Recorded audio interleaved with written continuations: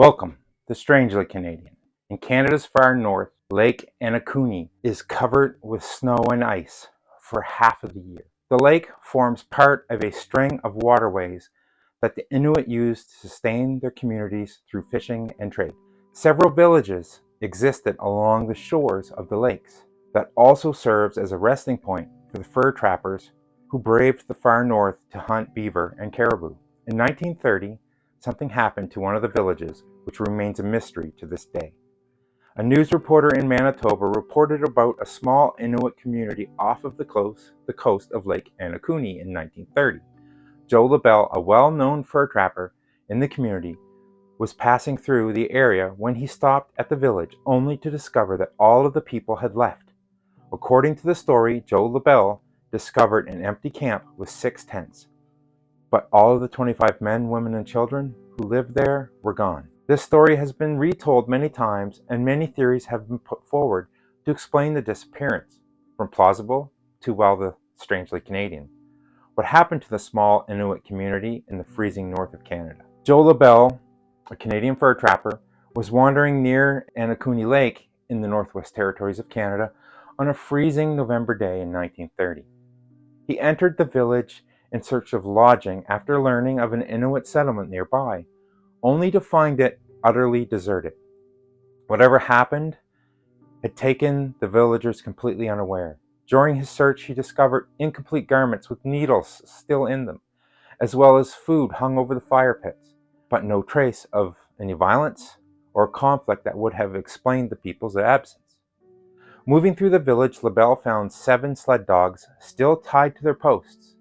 They had all starved to death. These dogs would have been vital to the survival of the community, and to leave them behind would have been almost unthinkable. But then on the edge of the village, LaBelle found something even more chilling. A human grave had been recently dug up. Because the stones encircling the burial were undisturbed, LaBelle recognized it could not have been an animal. A human had done this.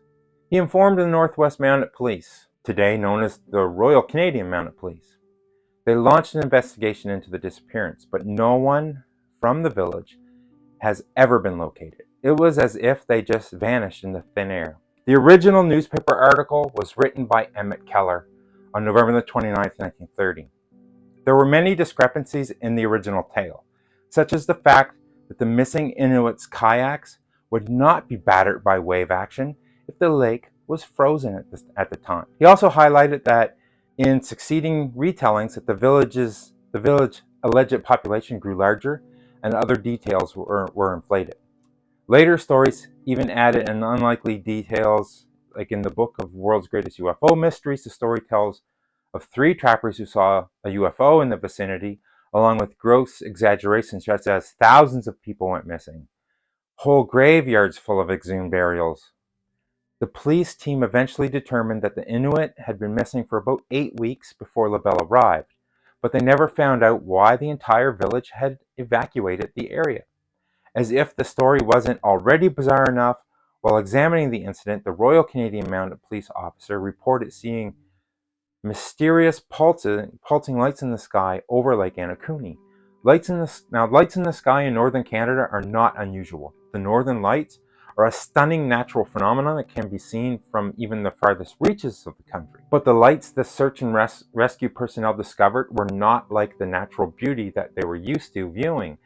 Unlike the northern lights, the lights they observed on the horizon were bluish and pulsating. The lights, like the rest of the encounter, were never explained, nor was any link to the missing villagers established. However, various ufologists speculated in the late 20th century that the residents of this village may have been the unwitting victims of one of history's largest extraterrestrial abductions. Despite the fact that the evidence supporting this idea is anecdotal at best, the assumption is both intriguing and terrifying. Could aliens have taken an entire village? It would explain their sudden disappearance and the failure of the RCMP to find any trace. Of course, skeptics will look for a more down-to-earth explanation for the disappearance of the villagers, starting with questions of the original story. LaBelle claims to have been a seasoned trapper who knew the region well, but records show that he had never taken out a hunting license until 1930. Keller, the journalist who broke the story, had been accused of exaggerating in his writings before, and the one picture that he used in his article was proven to be from decades before. Based on the questions and the lack of proof as to the village, the RCMP dismissed the story as a fabrication in 1931 and closed the case. And just like that, the villagers disappeared for a second time. First from their homes, then from the history books. The evidence for it being a fabrication is only circumstantial, and no doubt welcomed by the investigating authorities as a quick solution to their mystery. The lack of a trapping license does not mean LaBelle did not know the region or the village. There were plenty of trappers operating illegally at the time, as well as traders and merchants operating between the villages. Keller may have been discredited in the past, but this alone is not sufficient to dismiss the story. He had many years of experience as a journalist, and his interest in the sensational may have been the very thing that led him to the LaBelle account. And if these two men were telling the truth about what they saw, then an entire village disappeared and nothing has been done to investigate. What were the strange lights in the sky? Where did the people go? Why were the dogs left to starve? And most chilling of all, who had been in that empty grave?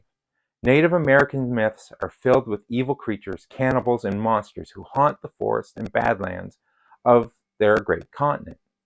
Maybe LaBelle had just missed encountering one of them, a Wendigo, or some other monster in the frozen wilderness of the North. Thanks for watching. Stay tuned for more tales that are strangely Canadian.